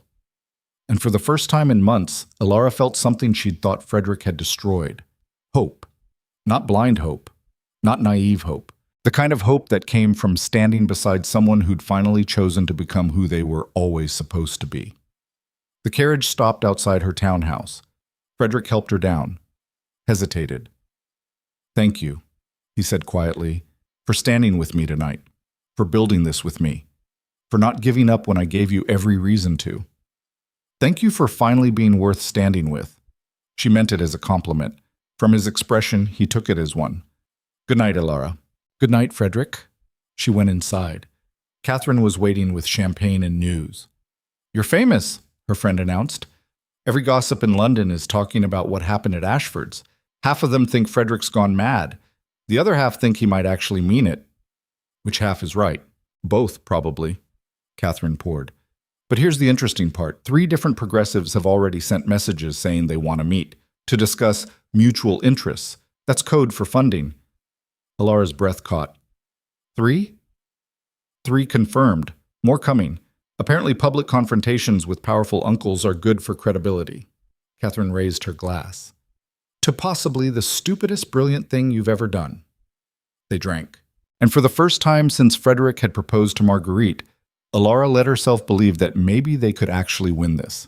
Not easily, not cleanly, but possibly. And sometimes possible was enough. And sometimes possible was enough. Except it wasn't. The messages Catherine mentioned arrived by morning. 3 progressives wanting meetings. By afternoon, 5 more.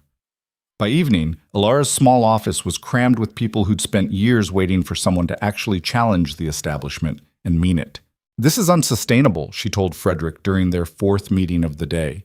We need real space, real organization. We can't run a political movement from above a bookshop. We also can't afford real space. Frederick was reviewing funding proposals, his expression increasingly grim. Even with these new supporters, we're hemorrhaging money faster than it comes in. Printing costs, meeting spaces, security, which we absolutely need after last night. Security? Cornelius isn't going to take that public humiliation quietly. We need to assume he's planning something. He was right. Alara hated that he was right. The attack came 3 days later. Not physical. Cornelius was too sophisticated for that. Instead, someone, almost certainly someone he'd paid, published a detailed expose in London's most prominent newspaper. Every mistake Frederick had ever made, every failure, every moment of weakness, framed as proof that he was unstable, unreliable, unfit for any position of influence. And buried in the middle, a paragraph about Alara. Miss Vance, the commoner who reportedly controls the Duke's decisions, has a history of social climbing through strategic attachments. Sources close to Thornridge suggest her current involvement is merely another attempt to elevate her status through association with aristocracy. The words were poison, carefully chosen to destroy her credibility while sounding almost reasonable. Catherine found her staring at the newspaper in her office, hands shaking. "Don't," her friend said immediately. "Don't let them do this to you. They just called me a social climber, implied I'm manipulating Frederick for status. They're scared. People who aren't scared don't resort to character assassination. That doesn't make it less effective." Alara set down the paper. "Half of London probably believes this. The progressives who are starting to support us will wonder if it's true. Frederick's allies will question whether I'm helping or using him. Then we prove them wrong. How? By protesting? By defending myself? That just looks like confirmation." "By winning," Catherine said simply. "By building something so undeniable they can't dismiss it as social climbing." The door opened. Frederick came in looking like he'd aged a decade overnight. "I'm sorry," he said immediately. "This is my fault. Cornelius is attacking you because you're standing with me. He's attacking me because I'm effective. There's a difference. Either way, I brought this on you. If you want to step back, don't." Alara stood. "Don't you dare offer me an exit because things got difficult. We're partners, equal partners. That means equal share of the attacks." Alara said, "I mean it, Frederick. If you start trying to protect me now, we're not partners anymore. We're back to you making decisions and me following them. I won't do that." He studied her face, saw the anger, the determination, the absolute refusal to be sidelined. "Okay," he said finally.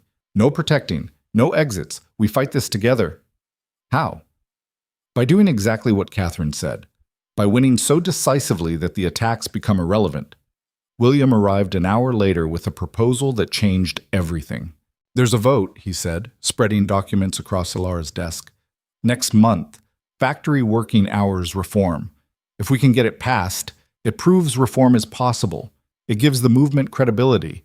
It turns you from troublemakers into legitimate political force." Frederick scanned the proposal. "We don't have the votes. Even with our new allies, we're short by at least 20. Then we find 20 more. In a month? In 3 weeks. The vote's been moved up. Someone, probably Cornelius, is trying to force it before we're ready." Alara did the math. 20 MPS in 3 weeks. Impossible by any reasonable standard. "We'll do it," she said. Both men stared at her. "Alara, that's necessary. If we don't pass this vote, everything we've built collapses. The attacks work. The doubts win. We become exactly what Cornelius says we are, idealists with no practical ability." She met Frederick's eyes. "But if we win this, we prove reform isn't just possible. It's inevitable." 20 votes in 3 weeks, Frederick repeated slowly, then smiled. "I've attempted stupider things, recently in fact." "That's not reassuring. It's not meant to be. It's meant to be true." He turned to William. "Who are the persuadables? Who's close enough to flip?" They spent the next 4 hours building a target list. MPs who'd expressed quiet support for reform but were afraid to commit. Aristocrats who'd lost money to changing industries and might support workers' rights out of pragmatism. Progressives who needed proof that Frederick was serious before they'd risk their own positions. 23 possible votes. They needed to convert all but 3. "Impossible odds," Catherine observed when she rejoined them. "We've been working with impossible odds since the beginning," Alara said. "Why stop now?" The next 3 weeks were the hardest of Alara's life. They worked 18-hour days, meeting after meeting, conversation after conversation, slowly, painfully, building support one MP at a time. Frederick was relentless. He met with factory owners and workers, nobles and commoners, anyone who might be convinced that reform served their interests. Alara handled strategy. She identified weaknesses in opposing arguments, found leverage where none seemed to exist, turned skeptics into allies through sheer force of preparation and logic. Together, they were exhausting. Together, they were effective. By the end of week 1, they'd secured 3 solid commitments. By the end of week 2, 7 more. By the start of week 3, they were still 5 votes short. "We're not going to make it," Frederick said during a late-night strategy session. They were in Alara's office again, surrounded by notes and empty teacups. "We've talked to everyone persuadable. The rest are either loyal to Cornelius or genuinely opposed to reform. Then we find unpersuadables and persuade them anyway. That's not how persuasion works. It is if we change the terms." Alara pulled out a list she'd been developing privately. "There are 4 MPs who oppose this bill on principle. They believe workers should be managed, not empowered, but they also believe in property rights and economic stability.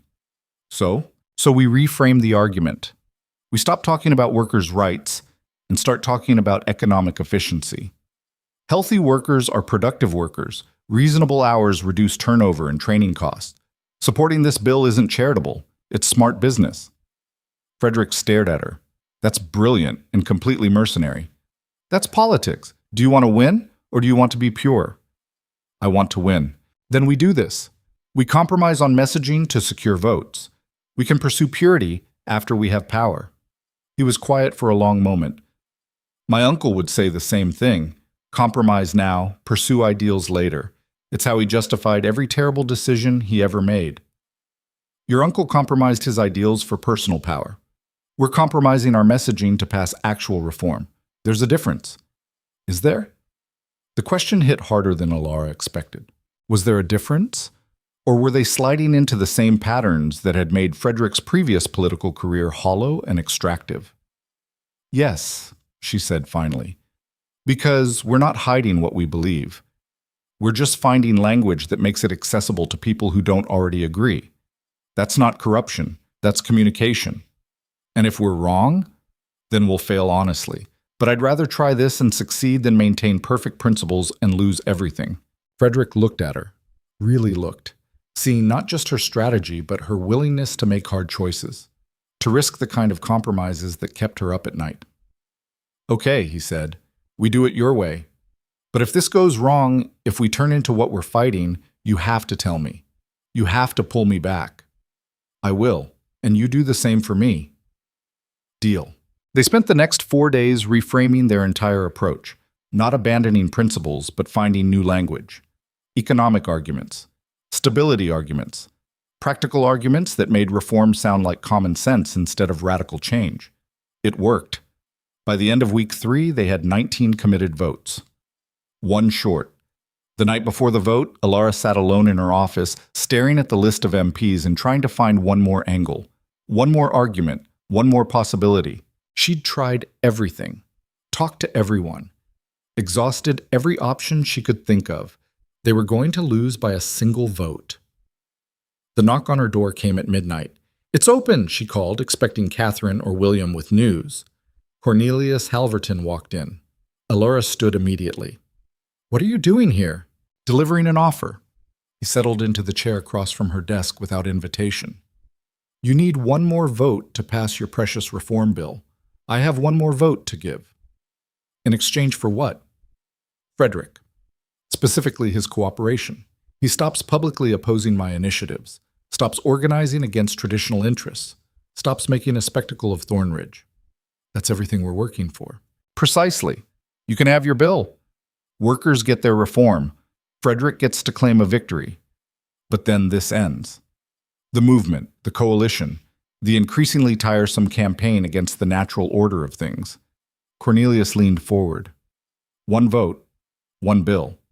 Then Frederick returns to being a duke, and you return to being useful somewhere else." "He'll never agree to that." "Then he loses. The bill fails. All your work collapses. And you become exactly what my newspaper article suggested, a social climber who couldn't deliver results." Alara's hands curled into fists beneath the desk. "Get out." "Miss Vance, get out of my office, now. Before I do something we'll both regret." Cornelius stood slowly. "The offer stands until morning.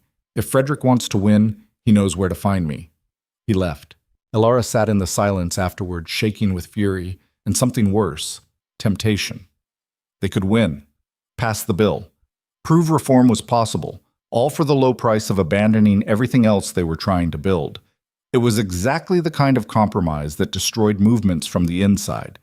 She should tell Frederick immediately, let him make the choice. Instead, she sat alone until dawn, wrestling with the terrible knowledge that part of her, the practical, exhausted part, was actually considering it. Frederick arrived at 7, looking like he hadn't slept either. "I know," he said before she could speak. "Cornelius came to me too. Different approach. Offered to restore my funding and position if I support his candidate in the next election." "What did you tell him?" "I told him to go to hell." Frederick dropped into a chair. "But you already knew that. What I want to know is what you said." "I threw him out. But you thought about it." It wasn't a question. Ilara met his eyes. "For about 30 seconds, yes. I thought about taking the deal, securing the win, declaring victory and walking away." She took a breath. "Then I remembered why we're doing this. Not just to pass one bill, to prove that reform doesn't require compromise with the people who profit from oppression. We're one vote short, Ilara. If we reject this, we lose." "I know. Workers who've been waiting for this reform lose." "I know. Everything we've built, all the credibility we've earned, gone because we refuse to compromise." "I know!" The words came out sharper than she intended. "I know what losing costs, Frederick. I know what's at stake. But I also know that if we take Cornelius's deal, we're not reformers anymore. We're just another set of politicians making backroom arrangements, and that's not what I signed up for." "Then what do? We find the 21st vote honestly, or we lose honestly, but we don't trade our integrity for a single victory." Frederick was quiet for a long moment. Then he started laughing. "What?" Ilara demanded. 6 months ago, I would have taken that deal without hesitation, told myself it was pragmatic, necessary, that I could pursue real change after securing this win. He shook his head. "You've ruined me, Ilara Vance, completely ruined me for practical politics." "Good. You were terrible at practical politics anyway." "Fair point." They sat in exhausted silence for a moment. Then Catherine burst through the door. "I found it," she said breathlessly. "The 21st vote." Both of them turned. "What?" "Lord Ashford's nephew, the nervous one who sat next to you at dinner. He's been quietly supporting reform for months, but was too afraid of his uncle to commit publicly." Catherine dropped a letter on the desk. "I convinced him that being on the right side of history matters more than family approval. He'll vote yes." Ilara grabbed the letter, read it twice, looked at Frederick. "We have 21 votes. We have 21 votes," he repeated, like testing the words. "Without Cornelius. Without compromise. Without trading anything we believe in. We actually did it. We actually did it." They stared at each other, then both started laughing. Giddy, exhausted, slightly hysterical laughter. Catherine watched them with fond exasperation. "You're both insane, you know that, right?" "Completely," Ilara agreed. "Utterly," Frederick added. "Good, because the vote's in 6 hours and you both look like death. Go home. Sleep. Come back ready to win." They didn't sleep. Instead, Frederick walked Ilara home through the cold London morning, both of them too wired to rest. "I need to tell you something," he said as they reached her townhouse. "If it's about Cornelius's offer, it's not. It's about us." He stopped, turned to face her. 6 months ago, I proposed to another woman while you were sitting 3 seats away. I humiliated you, used you, took you for granted in ways I'm still discovering, and then I broke that engagement and expected you to forgive me because I'd realized I was wrong. Frederick, let me finish, please." He took a breath. "You didn't forgive me. You made me work for it. Made me prove I'd actually changed. Made me build something worthy of your partnership before you'd even consider trusting me again. And that was the kindest thing you could have done, because it forced me to become someone worth trusting." Ilara's throat was tight. "Where are you going with this?" "I'm going somewhere terrifying, somewhere I should have gone months ago but was too much of a coward." He took her hand. "I love you. Not because you make me better at politics. Not because you're useful or strategic or any of the terrible reasons I told myself to avoid saying it. I love you because you challenge me, because you refuse to let me hide behind duty or fear, because you saw who I could become and refused to settle for who I was." The words hung in the cold air between them. Ilara felt tears burning her eyes. You can't just... I'm not asking you to love me back. I know I don't deserve that yet. Maybe ever. I'm just telling you the truth because we built this partnership on honesty, and I'm done hiding the most honest thing I feel. Frederick, after today's vote, I'm going to ask you to marry me, properly this time, not in front of 200 witnesses. Not as a political arrangement, just us. A real question with no pressure and no expectations. And I'm telling you now so you have time to prepare your answer. He squeezed her hand. But regardless of what you say, I need you to know, choosing you was the only real choice I've ever made. Everything else was just finally becoming brave enough to admit it. He let go, started to walk away. Frederick. He turned. Elara closed the distance between them, looked up at this man who'd broken her heart and spent months proving he could be trusted with the pieces. Ask me now, she said. What? Ask me now. I don't need time to prepare an answer. I've known my answer for 3 weeks. I was just waiting to see if you'd actually become the person you promised to be. And have I? You're close enough. She smiled. Ask me. Frederick dropped to one knee on her doorstep. No ring, no planning, no witnesses except the London dawn. Elara Vance, will you marry me? Not because I need you. Not because you make me look good. But because I choose you. I choose this partnership. I choose building something together instead of hiding behind duty and fear. Yes. The word came out simple and sure. Yes. Yes. I'll marry you. I'll build something with you. I'll keep challenging you when you're being an idiot and trust you when you're being brave. She pulled him to his feet. But we're doing this as equals, full partners, no more hiding, no more using each other. Just us choosing this every single day. I can do that. You'd better. Because if you ever propose to someone else 3 seats away from me again, I will destroy you in ways Cornelius can't even imagine. Frederick laughed. Actually laughed, bright and genuine. Noted. 1 proposal, 1 marriage, 1 partnership, forever. Forever's a long time. Good. I'm going to need it to make up for the last 6 months. She kissed him then. Right there on her doorstep in the cold morning light, kissed him like they hadn't just declared war on the establishment and weren't about to walk into the most important political fight of their lives. Kissed him like they were just 2 people who'd finally figured out how to choose each other honestly. When they pulled apart, Frederick was smiling. We should probably get ready for Parliament. Probably. We're about to either change history or fail spectacularly. I'm aware. Any regrets? Elara looked at him. This duke who'd lost everything to become someone worth knowing. This partner who'd finally learned what partnership meant. Not one, she said. The vote was close. 43 in favor. 41 against. 3 abstentions. The factory working hours reform bill passed. The chamber erupted, reformers cheering, traditionalists protesting. Cornelius sitting stone-faced while his nephew's impossible coalition proved that change was possible after all. Elara watched from the gallery, watched Frederick stand in the chaos and catch her eye across the crowded room. He mouthed, "We did it." She mouthed back, "We're not done yet," because they weren't. 1 bill didn't change the system. 1 victory didn't mean the fight was over. But it meant the fight was winnable, and that changed everything. The celebration that night was modest. No grand ballroom, no crystal chandeliers, just the core coalition, Catherine and William, Mrs. Price and Lord Pembroke's daughter, a handful of MPs who'd risked their positions to support reform, gathered in Elara's small office above the bookshop. To impossible odds, William toasted. To stupid bravery, Catherine added. To proving that integrity actually matters, Mrs. Price said. To partnerships, Frederick said quietly, looking at Elara.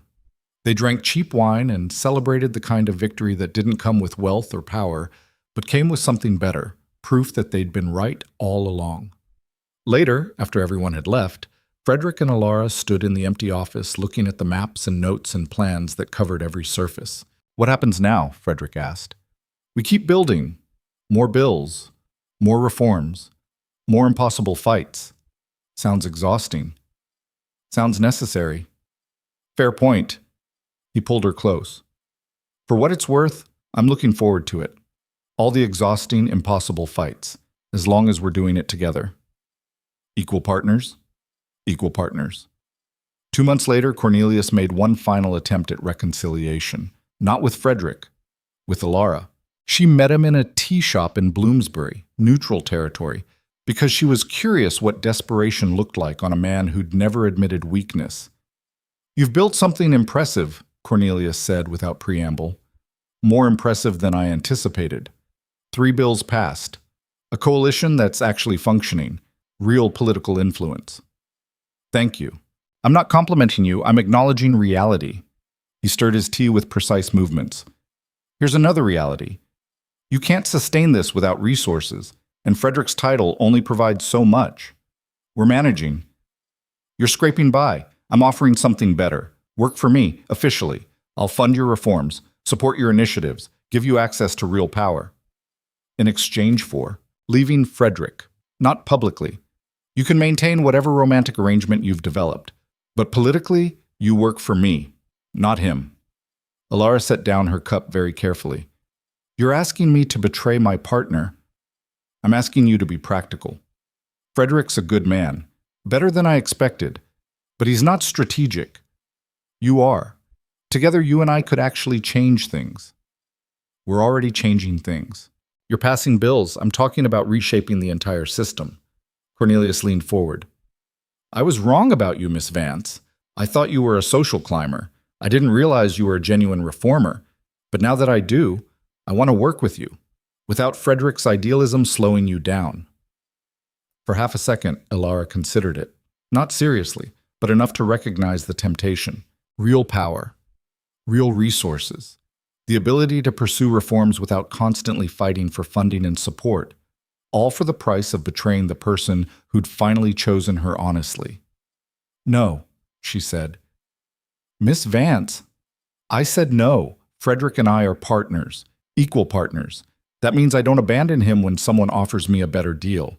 It means we build this together or not at all. You're making a mistake, maybe, but it's my mistake to make. With my partner, not your tool to deploy." She stood, left money for tea she hadn't finished, walked out without looking back. Cornelius didn't follow. He did, however, send a letter 2 weeks later. "Miss Vance, I respect your loyalty.